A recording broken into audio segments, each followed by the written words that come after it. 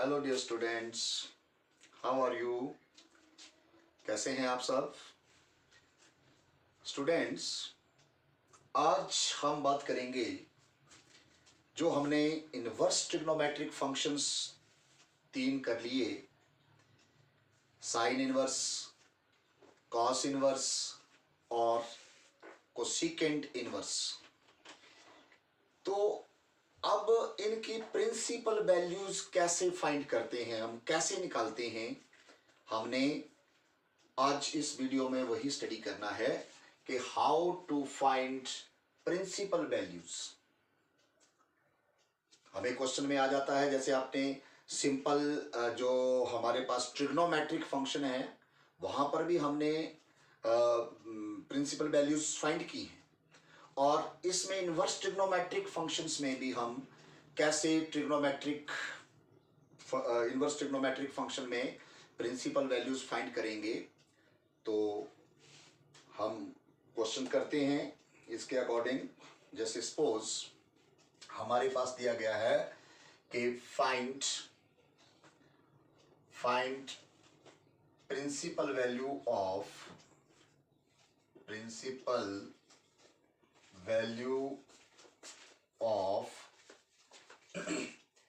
Sign inverse 1/√2।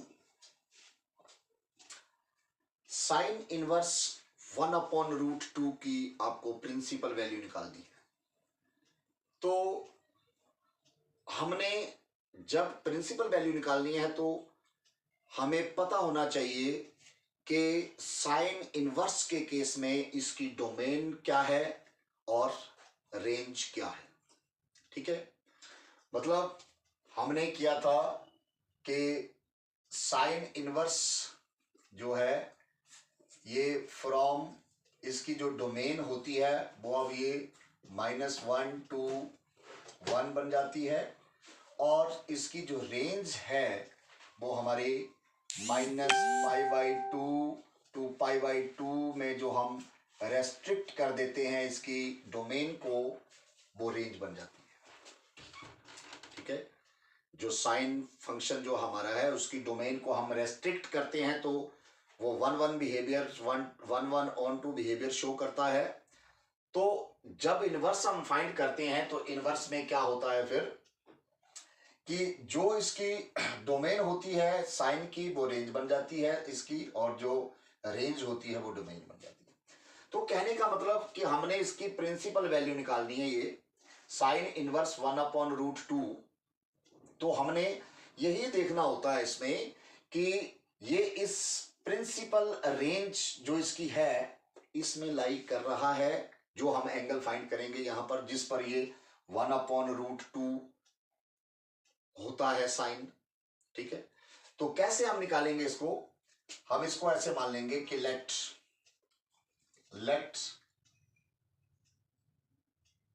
Principal value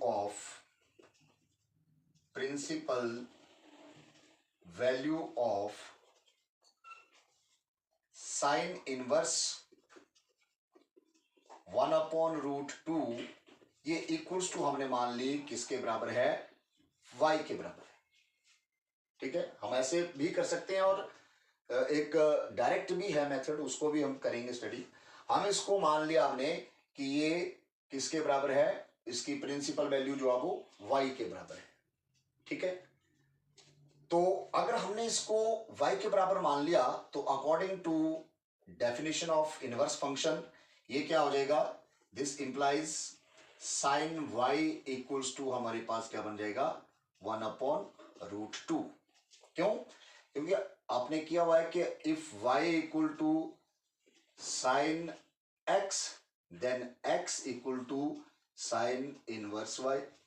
ये हमने उसमें इनवर्स फंक्शन का जब हमने किया था तो ये फंक्शन की इनवर्स रिलेशनशिप होती है इसमें इस तरह से कि y equal to sine x है तो x equal to sine inverse y में चला जाता है। तो अब हमने ये साइन y इक्वल टू 1/√2 है, तो हमने यही देखना है कि ये 1/√2 साइन कितने डिग्री पर होता है। ठीक है, this implies sine Y equals to, आप इस 1/√2 को साइन π/4 भी लिख सकते हैं। π/4 मीन्स 45 डिग्री के ऊपर ये साइन π/4 की वैल्यू जो है वो 1/√2 होती है। ठीक है, आपको वैल्यूज का नॉलेज होना चाहिए। सारी वैल्यूज जो है वो आपको मेन एंगल्स की 0, 30 डिग्री, 45, 60, 90 ये वैल्यूज जो है वो आपको क्लियर होनी चाहिए सारी टी रेशियोज के लिए। तो अब इसमें हम साइन वाई इक्वल्स टू हमारा आ गया साइन π/4। तो इसका क्या मतलब हुआ कि you can write y equals to π/4। ठीक है, दोनों साइड साइन हमारा कैंसल आउट हो जाता है, कर सकते हैं इसको। तो y equals to sine y equal to π/4 बन गया हमारा। y इक्वल्स टू π/4 का क्या मतलब है, हमने देखना है अभी ये हमने y की वैल्यू निकाल दी, मतलब प्रिंसिपल वैल्यू हमने निकाल दी है। प्रिंसिपल वैल्यू जो है वो हम निकाल चुके हैं, लेकिन हमने ये देखना है कि ये जो हमारी वैल्यू आई है ये इस रेंज में, जो इसकी साइन इनवर्स की रेंज है उसमें आ रही है या नहीं आ रही है। ठीक है, तो ये हमारे पास क्या हो जाएगा, आपने देखना है π/4 क्या इस इंटरवल में है। तो yes, π/4 belongs to this interval -π/2 to π/2। ठीक है, इसमें बिलोंग कर रहा है ये। देयरफॉर इसकी जो प्रिंसिपल वैल्यू होगी साइन इनवर्स 1/√2 की, वो किसके बराबर होगी, π/4 के बराबर होगी। ठीक है, तो आप लिख सकते हैं देयरफॉर प्रिंसिपल वैल्यू ऑफ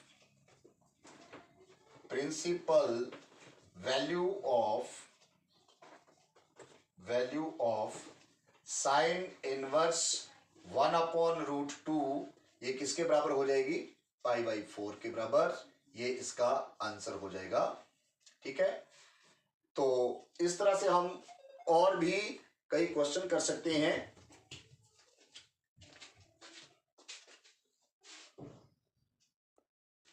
तो इस तरह से हमने देखा कि कैसे हम साइन इनवर्स 1/√2 की प्रिंसिपल वैल्यू हमने निकाली। एक एग्जांपल हम इसमें और लेते हैं कि सपोज आपके पास दिया गया है कि find the principal value of sine inverse -1/2। अब आपको साइन इनवर्स ऑफ -1/2, पहले केस में था कि साइन इनवर्स ऑफ 1/√2 ये इसकी पॉजिटिव वैल्यू थी, पर यहां पर ये नेगेटिव वैल्यू है। तो हम इसको सबसे पहले तो ये देखेंगे कि ये -1/2 जो है वो साइन की वैल्यू कहां पर होती है। ठीक है, सबसे पहले तो इसको देखेंगे हम। आपने क्वाड्रेंट सिस्टम किया था, क्वाड्रेंट सिस्टम में ये हमारे पास फर्स्ट क्वाड्रेंट होता है, ये सेकंड क्वाड्रेंट है, ये थर्ड क्वाड्रेंट होता है और ये फोर्थ क्वाड्रेंट होता है। ठीक है, यहाँ हमारे पास π/2 90 डिग्री, यहाँ पर पाई आता है, यहाँ पर 3π/2 और यहाँ पर 2π। ठीक है, तो जब हम इसको फर्स्ट क्वाड्रेंट में आपको पता ही है कि ऑल पॉजिटिव होते हैं। ठीक है, सेकंड क्वाड्रेंट में sine theta and it's reciprocal जो है कोसेक थीटा ये पॉजिटिव होते हैं। थर्ड क्वाड्रेंट में टैन थीटा और इसका जो रेसिप्रोकल है कॉट थीटा ये पॉजिटिव होते हैं। और फोर्थ क्वाड्रेंट में कॉस थीटा और इसका जो रेसिप्रोकल है सेक थीटा ये पॉजिटिव होते हैं और रिमेनिंग टी रेशियोज जो है वो नेगेटिव होती हैं। ये चीज आपने की हुई है। ठीक है, तो इसमें जब हम ये देखेंगे कि साइन जो है वो कभी साइन इनवर्स, तो हमें यहाँ पर साइन की ही वैल्यू ढूंढनी होती है। ये जो हम पहले हमने एग्जांपल में इसको y के बराबर मान लिया। अगर हम इसको y के बराबर ना भी माने तो हमने इस -1/2 के लिए साइन की वैल्यू ढूंढनी है कि ये कहां कहां पर होती है। ठीक है, तो माइनस वैल्यू, वैसे तो 1/2 वैल्यू जो है वो आपको पता है कि ये 30 डिग्री के ऊपर होती है। साइन कितने डिग्री पर? 30। इसको हम π/6 लिखते हैं। इसके ऊपर साइन की वैल्यू 1/2 होती है, लेकिन वो तो फर्स्ट क्वाड्रेंट की वैल्यू है। -1/2 कहां होगी? तो -1/2 इसका मतलब ये ना तो फर्स्ट क्वाड्रेंट की वैल्यू है ना तो सेकंड क्वाड्रेंट की वैल्यू है, क्योंकि सेकंड क्वाड्रेंट में भी साइन थीटा और इसका रेसिप्रोकल जो है कोसेक थीटा, ये पॉजिटिव वैल्यूज होती हैं और बाकी नेगेटिव होती हैं। तो इसका मतलब ये वैल्यू -1/2 ना तो फर्स्ट क्वाड्रेंट की है ना सेकंड की है। इसका मतलब कहां पर है? थर्ड और फोर्थ में है। थर्ड और फोर्थ में है, तो जो साइन इनवर्स की प्रिंसिपल ब्रांच है हमारी -π/2 टू π/2, तो इसका मतलब थर्ड और फोर्थ क्वाड्रेंट इसमें लाई नहीं करेंगी। ठीक है, ये -π/2 से π/2 तक ही है। तो इसका मतलब हम थर्ड क्वाड्रेंट वाली वैल्यू जो है वो, जैसे पाई प्लस थीटा करके जाते हैं हम, थर्ड क्वाड्रेंट में हो जाता है, उसको नहीं लेंगे हम। अगर मान लो हम -1/2 कर भी देते हैं कि साइन इनवर्स -1/2 वैल्यू को मैं लिख देता हूं यहां पर साइन पाई प्लस π/6, ये हो गया ना। पाई मतलब 180 प्लस 30 करेंगे तो ये हमारे पास थर्ड क्वाड्रेंट में आ जाएगी वैल्यू, क्योंकि 1/2 वैल्यू तो π/6 के ऊपर ही होगी यहां पर। तो हम पाई प्लस थीटा करके थर्ड क्वाड्रेंट में चले गए, यहां पर इसकी वैल्यू नेगेटिव होगी। लेकिन ये जो हमारा बन गई जो value sine inverse of sine pi plus π/6 जो है वो ये बन जाएगा साइन 6π प्लस पाई हो जाएगा 7π/6, ये हो जाएगी। और अब मैंने आपको बताया था कि ये साइन इनवर्स से साइन कटेगा कब? जब ये x जो है, हमने फॉर्मूला किया था उसमें कि sign inverse of sign x जो है ये इक्वल टू x तभी होगा जब ये x जो है कहां बिलोंग करेगा? इस प्रिंसिपल वैल्यू रेंज में -π/2 टू π/2 में बिलोंग करेगा। तो वैसे ही ये साइन इनवर्स से साइन इक्वल टू ये 7π/6 तभी मैं लिख सकता हूं जब ये इसमें बिलोंग करे। किसमें? -π/2 टू π/2 में बिलोंग करे। लेकिन ऐसा है नहीं, ये 7π/6 जो है इसमें बिलोंग नहीं करता। ये -π/2 टू π/2 जो प्रिंसिपल ब्रांच है हमारी, इसमें बिलोंग नहीं करता। इसका मतलब ये 7π/6 जो है इसकी प्रिंसिपल वैल्यू नहीं हो सकती। अगर इसकी प्रिंसिपल वैल्यू नहीं हो सकती तो फिर how to find its principal value? वो कहां पर है? तो वो हमने फिर कहां लेनी? वो साइन इनवर्स ऑफ, अब इसको मैं -1/2 को मैं साइन ऑफ -π/6 के ऊपर ही लूंगा।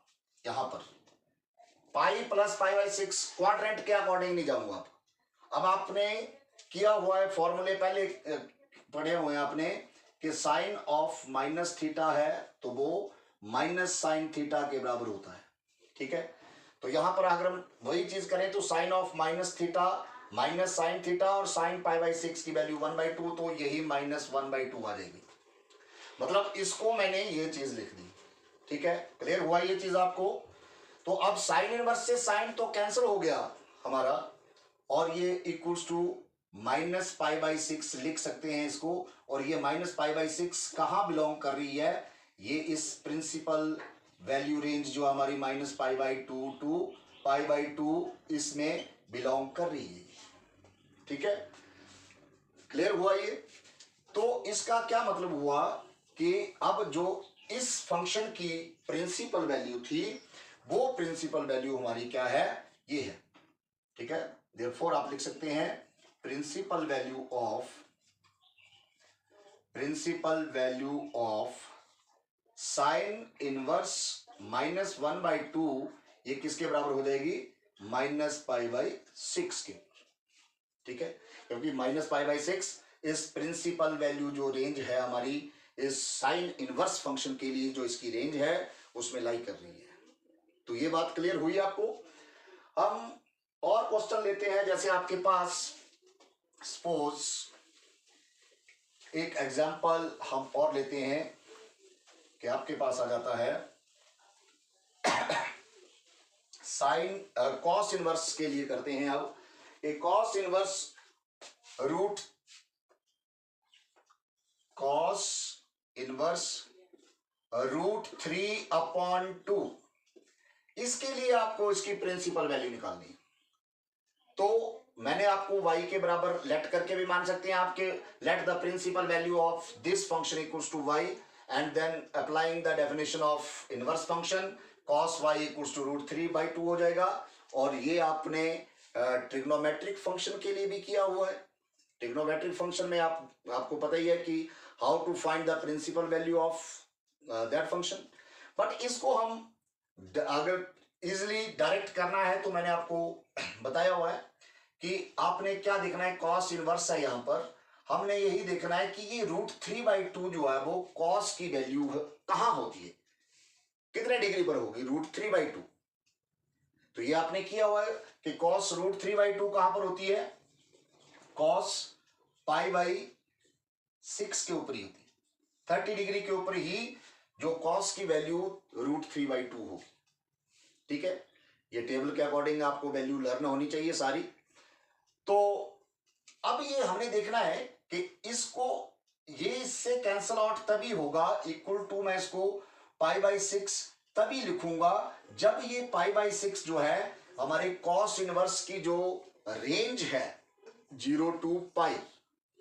ठीक है, डोमेन और रेंज मैंने आपको बताया था कि जब भी हमने प्रिंसिपल वैल्यूज करनी है तो हमें ये जो कॉस इनवर्स के लिए कॉस इनवर्स फ्रॉम ये जो इसकी डोमेन है -1 to 1 ही है, और रेंज जो होती है ये कहाँ रेस्ट्रिक्ट करते हैं हम 0 to π में। वैसे तो रेस्ट्रिक्ट हम बहुत इंटरवल्स में करते हैं, बट 0 to π जो है वो हमारा ये प्रिंसिपल वैल्यू ब्रांच होती है, तो हम इसको ही प्रिंसिपल वैल्यू फाइंड करने के लिए इस रेंज को लेते हैं।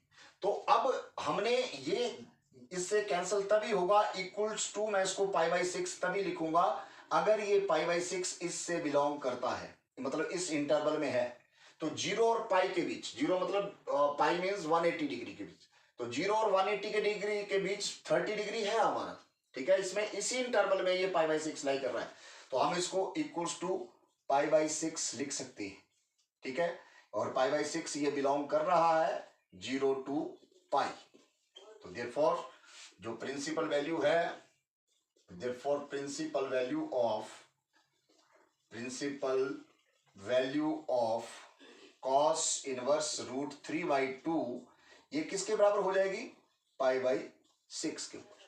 π/6 is the principal value of this function cos inverse √3/2। तो इसी तरह से हम और भी बहुत सारे एग्जाम्पल ले सकते हैं, बहुत सारे क्वेश्चन हम कर सकते हैं। जैसे आपके पास आ जाए, हमने कोसेकेंट इनवर्स का भी किया, तो हमारे पास एग्जाम्पल आ जाए कि cos inverse, find the principal value of cosecant inverse 2, cosecant inverse of 2, इसकी वैल्यू आपको जो है वो फाइंड करनी है, प्रिंसिपल वैल्यू। तो हमने ये देखना है, सबसे पहले तो ये देखना है, चेक करना है कि ये जो 2 है ये कोसेकेंट की वैल्यू कितने डिग्री पर होती है, 2 वैल्यू जो कोसेकेंट कितने डिग्री पर 2 होता है। और दूसरा हमें क्या चेक करना है, क्योंकि कोसेकेंट इनवर्स में आपने जो इसकी रेंज डोमेन बनती है, वो डोमेन हमारी बनती है क्या, रियल नंबर, बट इसमें -1 to 1 होता है, और रेंज जो इसकी हमारे पास आती है वो क्या है, -π/2 to π/2 ही आती है, लेकिन इसमें हम माइनस किसको कर देते हैं, 0 को, क्योंकि 0 के ऊपर कोसेकेंट जो फंक्शन है वो अनडिफाइंड हो जाता है।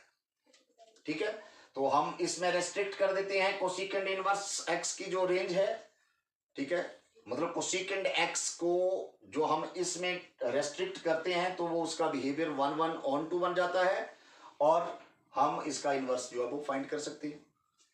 तो अब हमने जब इसकी कोसिकेंड इनवर्स की प्रिंसिपल वैल्यू निकालनी है तो हमने यही देखना है कि वो इस रेंज में लाई करनी चाहिए। तो सबसे पहले हम देखते हैं कि ये कोसिकेंट इनवर्स ऑफ 2 जो है ये कोसिकेंट कितने डिग्री पर 2 हो सकता है। अब आपको पता है कि साइन 30 डिग्री के ऊपर 1/2 होती है, तो कोसिकेंट उसका रेसिप्रोकल है 2/1, मतलब 30 डिग्री के ऊपर ही हमारी वैल्यू जो है वो 2 हुई, कोसिकेंट की वैल्यू 2 आई, तो कोसिकेंट π/6 के ऊपर ही हमारी वैल्यू जो है वो 2 के बराबर होती है, ठीक है।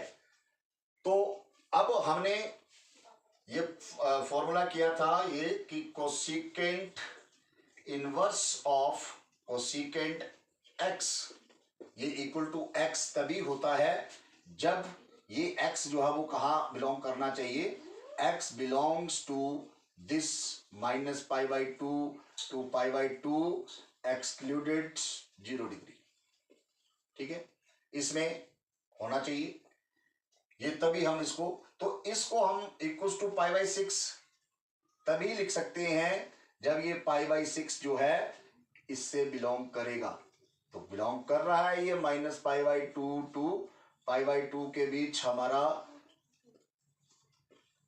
ये 30 डिग्री है, तो इसकी जो प्रिंसिपल वैल्यू है वो क्या आ गई π/6, ठीक है। तो इस तरह से स्टूडेंट्स हम बहुत सारे एग्जाम्पल्स, बहुत सारे क्वेश्चन जो है वो एक्सरसाइज से कर सकते हैं। बहुत सारी एक्सरसाइज आपके पास दी गई होंगी, आपने वो करनी है। यहाँ पर जैसे आपको कॉस इनवर्स -1/√2 आ जाता है, तो इसको भी आप कर सकते हैं। जहाँ आपके पास और कई एग्जाम्पल्स हो सकते हैं, कोसिकेंट ऑफ -√2 है, तो इसकी भी प्रिंसिपल वैल्यू आप फाइंड कर सकते हैं, ठीक है। ये ट्राई करनी है आपने with the help of these formulas जो हमने अभी तक स्टडी किए हैं, sine inverse x, cos inverse और कोसिकेंट इनवर्स, ठीक है।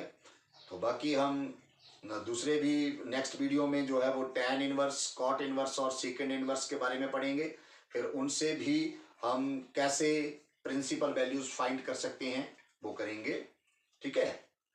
तो आई होप आप ये समझ गए होंगे अच्छी तरह से। अगर आपको वीडियो अच्छा लगता है तो आप इसको लाइक भी करें, शेयर भी करें, और चैनल पर अगर नए हो तो सब्सक्राइब भी जरूर करें। Thank you.